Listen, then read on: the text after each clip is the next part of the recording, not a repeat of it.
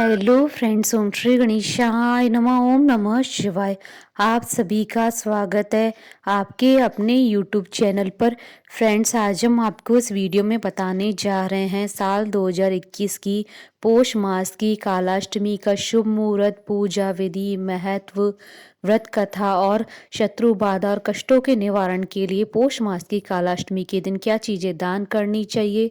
Friends, video शुरू करने से पहले आपसे रिक्वेस्ट है, अगर आप हमारे चैनल पर नए हैं और आपने अभी तक चैनल को सब्सक्राइब नहीं किया है तो प्लीज़ सब्सक्राइब कीजिएगा चैनल को, साथ ही प्रेस कीजिएगा बेल आइकन को, जिससे नए वीडियो से रिलेटेड नोटिफिकेशन आपको तुरंत प्राप्त हो सके। और वीडियो पसंद आने पर वीडियो को लाइक और शेयर जरूर कीजिएगा ताकि सभी भक्तों को इस वीडियो का लाभ प्राप्त हो सके। और कमेंट बॉक्स में ओम नमः शिवाय जरूर लिखिएगा। हर मास की कृष्ण पक्ष की अष्टमी तिथि को कालाष्टमी का व्रत किया जाता है। शिव पुराण के अनुसार भगवान शिव के अंश से ही काल भैरव की उत्पत्ति हुई थी, इसलिए अष्टमी तिथि को ही आने वाली कालाष्टमी को काल भैरव अष्टमी या भैरवा अष्टमी के नाम से जाना जाता है। मान्यता है कि इस दिन व्रत रखने से भगवान शिव जल्द प्रसन्न होकर आशीर्वाद देते हैं और अमोघ फल की प्राप्ति होती है।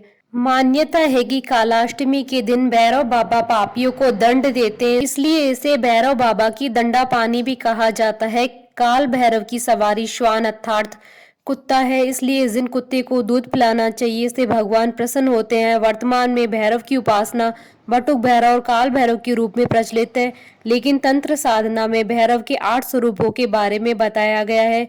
ये रूप है भीषण भैरव, चंद्र भैरव, क्रोध भैरव, रुद्र भैरव, असितांग भैरव, संहार भैरव, कपाली भैरव, उन्मत्त भैरव। इस दिन काल भैरव की पूजा करने से जीवन की समस्त बाधाएं दूर हो जाती है और काल के भय भी खत्म हो जाते हैं। काल भैरव की पूजा अर्चना करने से नकारात्मक शक्तियां, शत्रु और सभी पापों से मुक्ति मिलती है, साथ ही मनोवांछित फल की प्राप्ति होती है।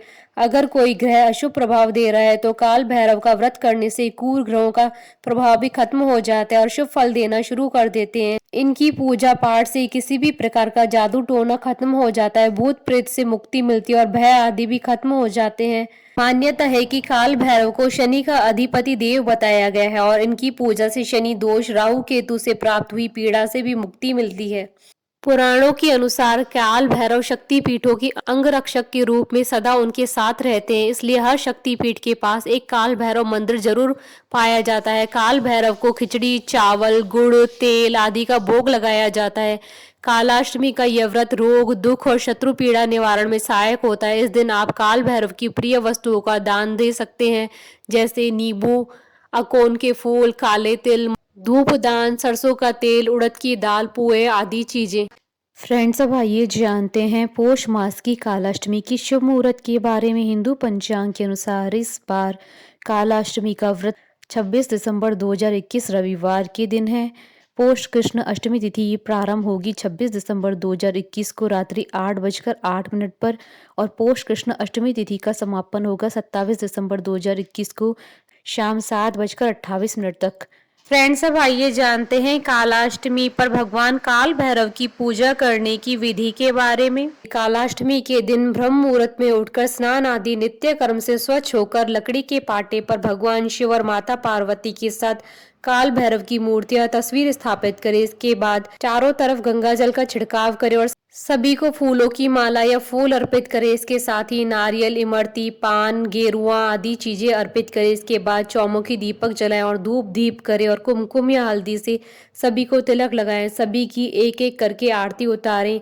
इसके बाद शिव चालीसा और भैरव चालीसा का पाठ करें। आप बटुक भैरव पंजर कवच का भी पाठ कर सकते हैं। इसके साथ ही भैरव मंत्रों का 108 बार जप करें। इसके बाद काल भैरव की उपासना करें। व्रत के पूर्ण हो जाने के बाद काले कुत्ते को मीठी रोटी या फिर कच्चा दूध पिलाएं और दिन के अंत में कुत्ते की पूजा करें। इसके बाद रात्रि के समय काल भैरव की सरसों के तेल, उड़द, दीपक, काले तिल आदि से पूजा अर्चना करें और रात्रि जागरण करें। फ्रेंड्स, अब आइए आरंभ करें कालाष्टमी की व्रत कथा। पौराणिक कथा के अनुसार एक बार की बात है कि ब्रह्मा, विष्णु और महेश इन तीनों में श्रेष्ठता की लड़ाई चली। इस प्रकार इस बात पर बहस बढ़ गई तो सभी देवताओं को बुलाकर बैठक की गई। सबसे ही यही पूछा गया कि श्रेष्ठ कौन है। सभी ने अपने अपने विचार व्यक्त किए और उत्तर खोजा, लेकिन उस बात का समर्थन शिवजी और विष्णु ने तो किया, परंतु ब्रह्मा जी ने शिवजी को अपशब्द कह दिए। इस बात पर शिवजी को क्रोध आ गया और शिवजी ने इसे अपना अपमान समझा। शिवजी ने उस क्रोध में अपने रूप से भैरव को जन्म दिया। इस भैरव अवतार का वाहन काला कुत्ता है। इसके एक हाथ में छड़ी है।